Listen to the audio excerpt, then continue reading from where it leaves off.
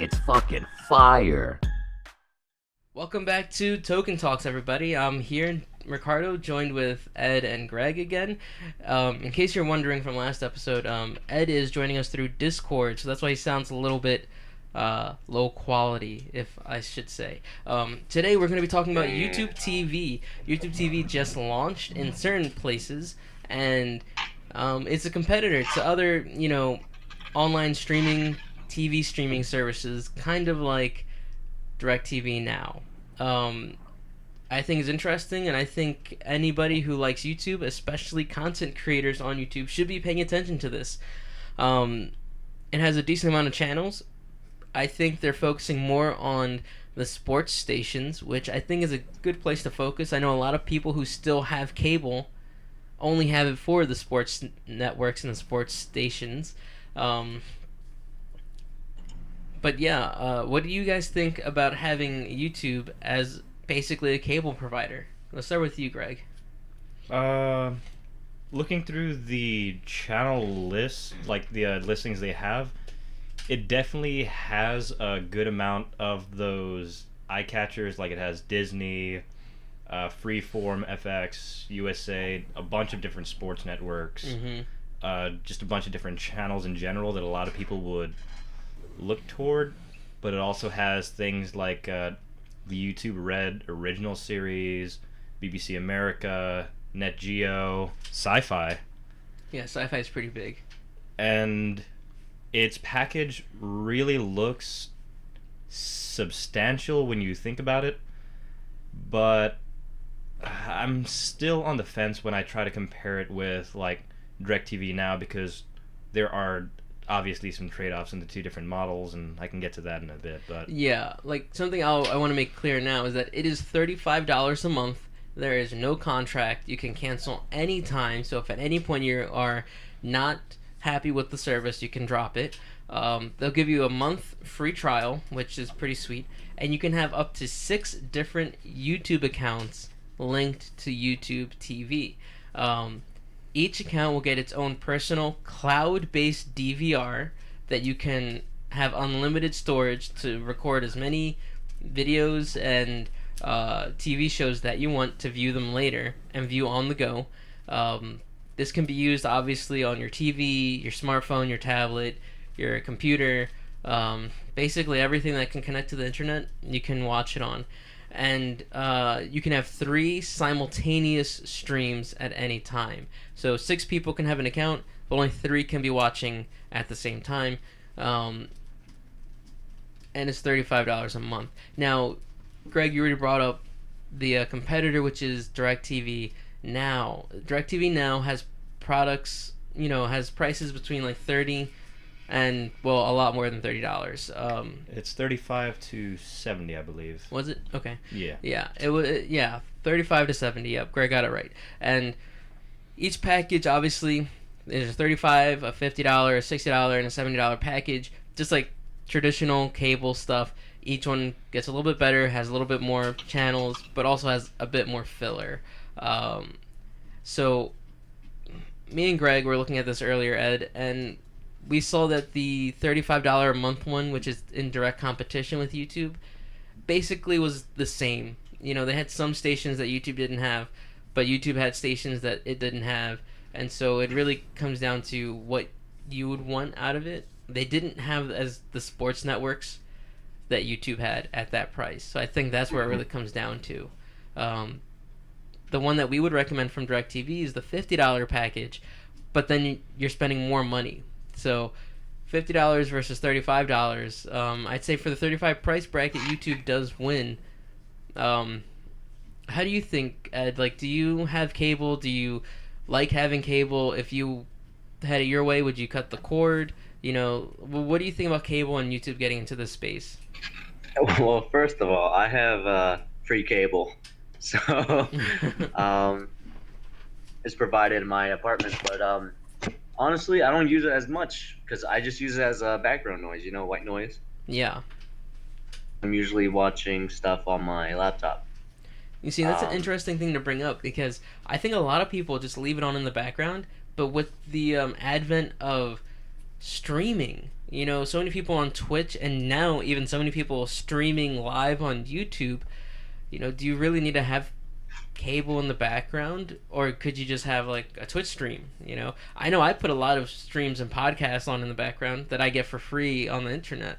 I know you said you get it for free, so this isn't like me coming at you, but just putting those ideas out there. But for me, I sometimes I like to glance and I like to see what's going on, and I'll just get my attention back on my laptop. But yeah. So we listed some are provided. Looking through these, there's two main populations I see that they're really focusing on. All right. And that's pretty much people who watch sports, and because you got Disney XD, you got Disney, you got three different Disney networks. You have Freeform. You have, what was it? There was another kid network, Sprout. kid-friendly network. Yeah, Sprout. Sprout. That's what it is. Yeah. And then you got pretty much people who love sports and little kids, pretty much. Yeah, I would say this is basically aimed at like families. Like That's Trying a to hit big. all the bases, Yeah. definitely. someone that, like, when I look at this, I think of my older sister, because they have two kids with one on the way. They're all pretty young still. They love watching Disney Channel, and the youngest one still watches Sprout, and obviously the newest one on the way is going to be watching Sprout. And her husband, the only reason they still have cable and spend a lot of money for it is because he wants to watch all the sports games. And so Exactly. for me, I look at this and I'm like, this is perfect. They get the local channels, they get the kid-friendly channels, and he gets his sports networks for $35 a month. And I'm pretty sure they spend way more than $35 a month on their Comcast cable. Yeah, for me, because YouTube TV definitely has like that freedom, that diversity, being able to have like 6 different accounts linked into one, Mhm. as well as the DVR function. What was it? DirecTV Now doesn't have that DVR function, Exactly. but in replacement, it does have the options for on-demand content. Yeah, and see, like, that's another trade-off that you would have to make if you were looking at these two services, which are close in price. Would you rather have a DVR, unlimited DVR per account, or would you rather have on-demand? To be honest with me, I think, it definitely would come down to personal preference, but I think both of these platforms are still developing. I think, the TV market is still pretty, in place. And so these guys are the first few people to really start making that move to, streaming TV versus having a TV network, right? And so I do believe, like for YouTube, I do think they're going to add more channels as they grow. I think they're going to add in on demand as they grow. And same thing for DirecTV Now. I think they're definitely going to add in a DVR function as they grow. The only difference I would like to make is YouTube isn't a traditional cable or satellite TV company, where you can already see they could have easily made this into 2 packages or had the sports as an add-on, right? They didn't. But for DirecTV Now, they're treating it just like traditional television, where you have different packages with different channels for different amounts of money, which, in all honesty, kind of sucks. I hate that about TV, that, hey, we're going to give you almost all the channels you want. But if you want that 1 or 2 extra channels, we have to spend another, 20, 30, $50, and you're going to get a shit ton of filler channels that you don't care about, no one cares about, and that 1 extra channel that you do care about, I really don't like that about the old style model.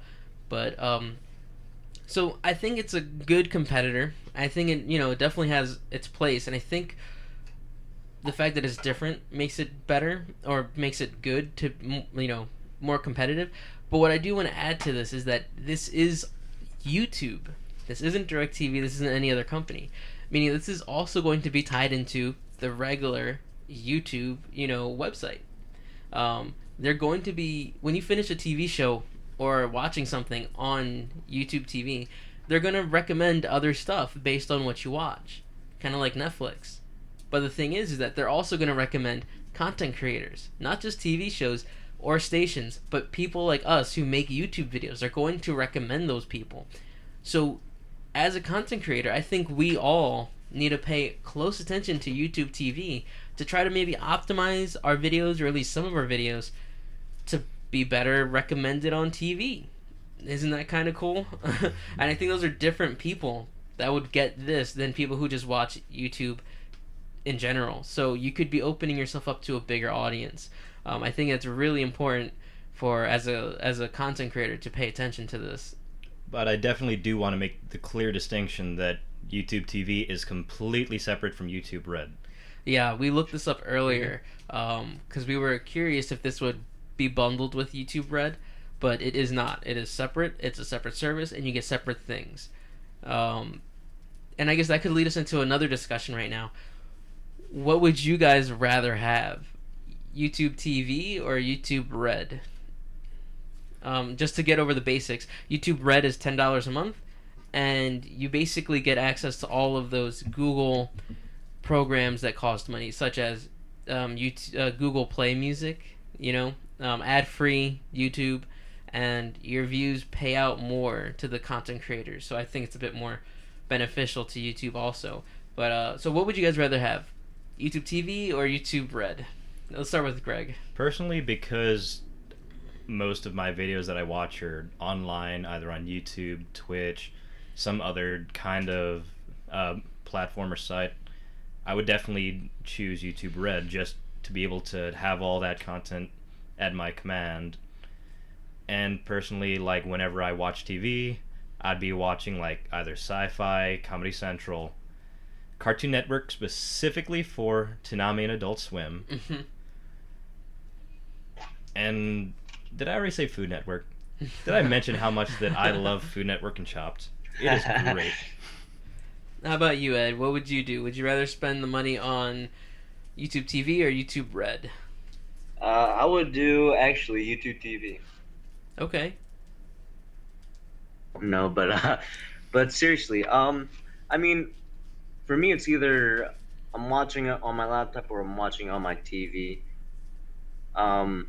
And it's provided for YouTube TV. I'm not gonna lie, it kind of hits me because I like watching sports.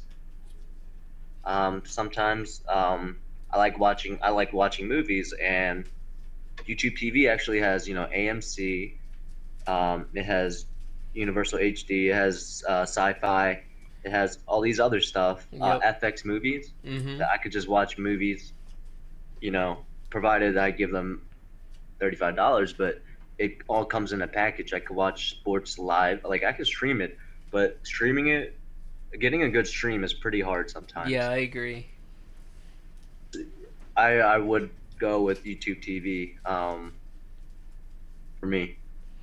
That's cool. I'm glad we have both sides. Now, for me, both would be hard for me to like really decide on because I watch a lot of YouTube, don't get me wrong, and I do watch it on my phone, so I do get the ads. I'm not I don't really watch videos with ad block because I'm watching it on my phone, but I don't watch TV at all either, and so like I guess I'm weird like that, but I don't really watch movies, I don't really watch TV. I'm watching a lot of YouTube. I'm watching I'm reading a lot of articles mostly, and so like I don't think I could justify spending $10 on YouTube Red, nor could I justify spending $35 on YouTube TV. I'm just not that type of person. But I guess if I had to pick, I'd probably pick YouTube Red just so I could support content creators more and just not have to deal with ads at all. But everything changes, with life, because I have a girlfriend, and let's say me and Jen moved in together.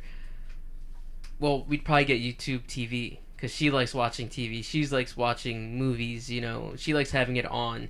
Like, something I hear a lot when I go to her house now, because she doesn't have cable or anything like that. She will often complain about not having a TV service to watch. And so, yeah, I think this is definitely targeted towards families. I just wanted to bring it up. I thought it was a cool thing to talk about. I think we said everything we are going to say, right? Anything else for you guys? I just had one point to add. It has a lot of movie or sports. It doesn't really focus on like specific sports because there's NFL Network or a network just for NBA and stuff. It's Hmm. mostly just in general, like ESPN, Golf Channel, Big Ten, CBS Sports. So it doesn't really focus on like that one sport you really care about. Like I know people don't care about baseball. Some people don't care about basketball. That's what mostly CBS and ESPN is all about. Um, so if they actually have that provided, people Well, I mean, YouTube they do have TV. like add-on stuff at the bottom if you're on the page I'm on, and like it does have like Soccer Plus, Fox Soccer Plus for an extra amount of money. So I could see them in the future adding on like some of those other networks, but for like added cost also. Yeah, but that's also with DirecTV as well too. Yeah, So that's the truth. Yeah, yeah. I mean, it's cool. It's just something more competition in that space. free market, man. Yeah, I got to bring that shit back. It's definitely a very newer space too to try to fill, and it's just like a gold rush. Whoever hits bank first Yeah. can pretty much secure the market. Yeah, and that's the thing is that I think YouTube has a good spot to be in because having Google as their backer, having YouTube already as a platform, you know, and understanding the internet. Let's be honest, better than like DirecTV, better than Dish Network, better than Comcast or any of these other websites. I think they put themselves in a good position. But the hard part for me is going to be getting people to switch. Getting people to switch anything, even if it's better for them, is one of the hardest things ever. So getting people who are like, I've had Comcast my whole life, I had Verizon my whole life, or I use DirecTV. It's like it's gonna be pretty hard to switch them, even if it's a better deal or a better value. There are some people who will argue with you hand over fist that they don't like a particular thing, but they do it all the time. Like, oh, I'm not on the net all the time. I'm not doing etc. all the time. And literally every time you see them, they're either watching a YouTube video Yeah, or they're right. doing exactly what they said they wouldn't do. Yeah. So even though I think they are offering a good package, I think that's gonna be the hardest part is being able to convince somebody who really doesn't know much about this to switch. Um, the main thing I could bring up is Google Fiber and how Google was selling gigabit fiber internet connection for dirt cheap, like cheaper than competitors who were doing like 50 megabits a second, and almost no one switched over because they were just stuck in their ways, I guess you could say.